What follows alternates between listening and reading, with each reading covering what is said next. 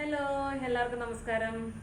ഞാൻ ഇന്ന് നിങ്ങളുമായിട്ട് ഷെയർ ചെയ്യാൻ പോകുന്നത് നമുക്ക് ഒരു സ്റ്റിച്ചിങ് അറിയാമെന്നുണ്ടെങ്കിൽ അത് എങ്ങനെ നമുക്ക് വീട്ടിൽ നിന്ന് സ്റ്റാർട്ട് ചെയ്ത് നല്ലൊരു ലാഭകരമായിട്ടൊരു ബിസിനസ് ആക്കി മാറ്റാം എന്നുള്ളതിനെ കുറിച്ചാണ്.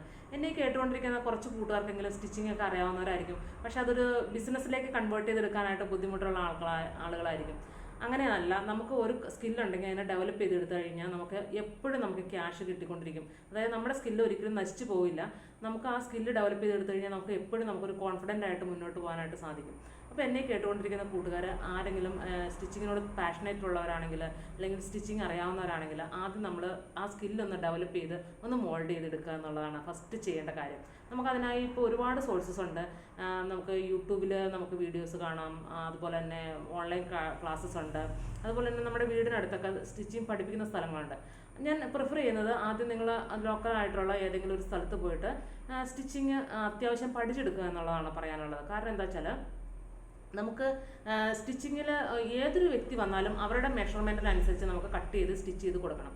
അപ്പോൾ യൂട്യൂബിലാകുമ്പോൾ ഒരു പർട്ടിക്കുലർ സൈസ് പറഞ്ഞു കഴിഞ്ഞാൽ ആ ഒരു പർട്ടിക്കുലർ സൈസിലുള്ള ഒരു പാറ്റേൺ ആയിരിക്കും കാണിക്കുന്നത്. അതിനകത്ത് അപ്പോൾ ആ വ്യക്തിക്ക് എത്ര വണ്ണമുണ്ട് അല്ലെങ്കിൽ ഹൈറ്റ് വെയിറ്റ് ഉണ്ടെന്ന് ഉള്ള കാര്യം പറയുന്നില്ല. ഒരു പർട്ടിക്കുലർ സൈസിലുള്ള ഏതെങ്കിലും ഒരു മെഷർമെൻ്റ് ആയിരിക്കും വെച്ച് കാണിക്കുന്നത്. അപ്പോൾ നിങ്ങൾക്ക് മെഷർമെൻറ്റ് അറിയാമെങ്കിൽ മാത്രമേ അത് ക്യാച്ച് ചെയ്യാനായിട്ട് സാധിക്കുകയുള്ളൂ.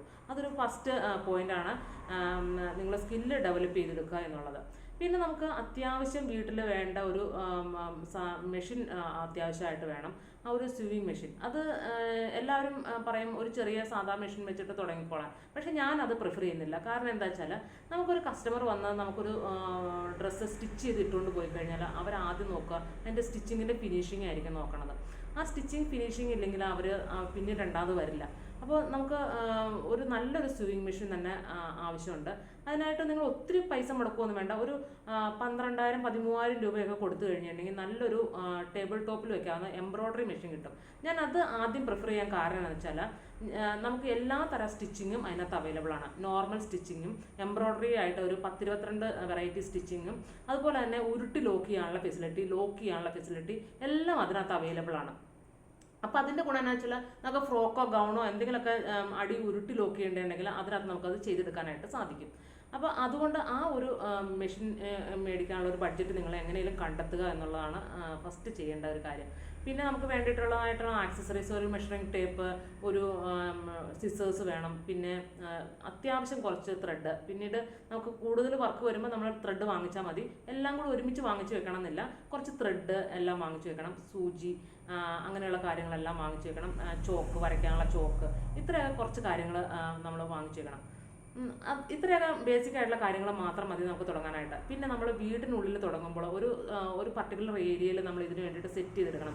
കാരണം എന്താ വെച്ചാൽ നമ്മൾ ആളുകൾ എപ്പോഴും വന്ന് പാസ് ചെയ്ത് പോകുന്ന സ്ഥലത്തോ അല്ലെങ്കിൽ ബെഡ്റൂമിലോ ഒന്നും കൊണ്ടുപോയിട്ട് മെഷീൻ കൊണ്ടുപോയിടരുത്. കാരണം ഒരുപാട് വെട്ട് കഷ്ണം, നൂല്, പിന്നെ നമ്മുടെ പിക്കി ആയിട്ടുള്ള കുറേ സൂചി അങ്ങനെയുള്ള കാര്യങ്ങളൊക്കെ അവിടെ ഇവിടെ സ്പ്രെഡായി പോകും. അതുകൊണ്ട് അങ്ങനെയുള്ള സ്ഥലം തിരഞ്ഞെടുക്കരുത്. കാരണം നല്ലൊരു വെളിച്ചമുള്ള ഏതെങ്കിലും ഒരു വീടിൻ്റെ കോർണറോ ഒരു സ്പേസ് നമ്മൾ തിരഞ്ഞെടുക്കാനായിട്ട് ശ്രദ്ധിക്കുക. അപ്പോൾ ഇത്രയും കാര്യങ്ങളാണ് നമ്മൾ സ്റ്റാർട്ട് ചെയ്യാനായിട്ട് വേണ്ടിയിട്ടുള്ള കാര്യങ്ങൾ. പിന്നീട് വേണ്ടതെന്ന് വെച്ചാൽ നമ്മൾ കുറച്ച് അങ്ങോട്ട് മുന്നോട്ട് പോയി കഴിയുമ്പോഴത്തേക്കും നമുക്ക് കാര്യങ്ങൾ നമ്മുടെ ബിസിനസ്സൊക്കെ കുറച്ചൊന്ന് റൺ ചെയ്ത് കഴിയുമ്പോഴത്തേക്കും നമ്മുടെ സ്റ്റിച്ചിങ് ഒക്കെ കുറച്ചങ്ങോട്ട് മൂവ് ആയി കഴിയുമ്പോഴത്തേക്കും നമുക്ക് അക്കൗണ്ട്സ് ഒക്കെ ബാലൻസ് ചെയ്തിട്ട് പോകണം. അതുകൊണ്ട് നമ്മൾ ഒരു റെസിപ്റ്റ് ബുക്ക് നമ്മൾ കരുതി വെക്കണം. ആ റെസിപ്റ്റ് ബുക്കിനകത്ത് നമ്മൾ പേയ്മെൻറ്റ് ചെയ്യണ കാര്യങ്ങൾ എല്ലാ കാര്യങ്ങളും അതിനകത്ത് നോട്ട് ചെയ്ത് വെക്കണം.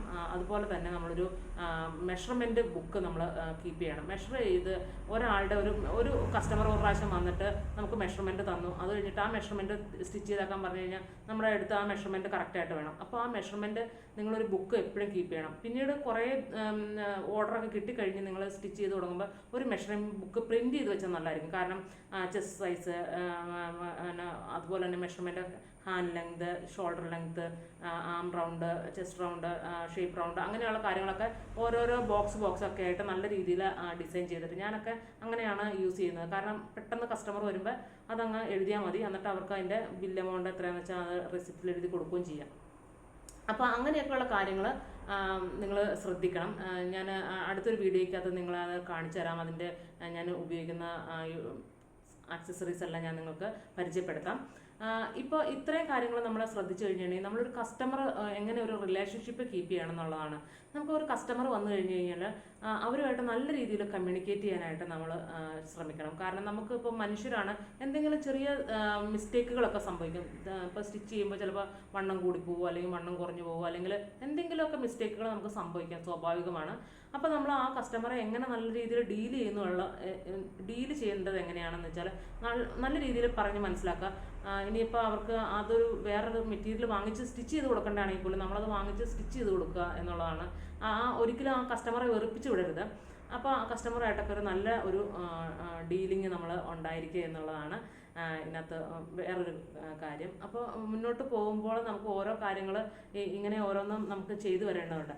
അപ്പോൾ ഇതിനകത്ത് മെയിനായിട്ട് കാര്യം, നമ്മളിപ്പോൾ വീട്ടിലിരുന്ന് ചെറുതായിട്ട് സ്റ്റിച്ച് ചെയ്ത് തുടങ്ങി നമുക്ക് കുറച്ചുകൂടി വൈഡാക്കണം. അപ്പോൾ നമുക്ക് എല്ലാവർക്കും ഈ ലോകം മുഴുവൻ നമുക്ക് സ്പ്രെഡ് ചെയ്ത് നമുക്ക് ബിസിനസ് വ്യാപിപ്പിക്കാനുള്ള ഒരു സ്ട്രെങ്ത് ഉണ്ട്. കാരണം എന്താ വെച്ചാൽ നമുക്കിപ്പോൾ ഈ സോഷ്യൽ മീഡിയ എന്ന് പറയുന്നത് നമ്മുടെ ഈ വിരൽത്തുമ്പിൽ ഉണ്ട്. നമ്മളെല്ലാവരും മൊബൈൽ യൂസ് ചെയ്യുന്നവരാണ്. അപ്പോൾ സോഷ്യൽ മീഡിയ പ്ലാറ്റ്ഫോം നമ്മൾ കൃത്യമായിട്ട് യൂസ് ചെയ്യുക. നമുക്ക് ഇൻസ്റ്റയിലാണെങ്കിലും ഫേസ്ബുക്കിലാണെങ്കിലും അതുപോലെ തന്നെ യൂട്യൂബിൽ വീഡിയോസ് ഇടാം. നമുക്ക് ഈ നമ്മുടെ പ്രൊഡക്റ്റിനെ കുറിച്ച് നമ്മുടെ സ്റ്റിച്ചിങ് വീഡിയോസൊക്കെ ഇടാം.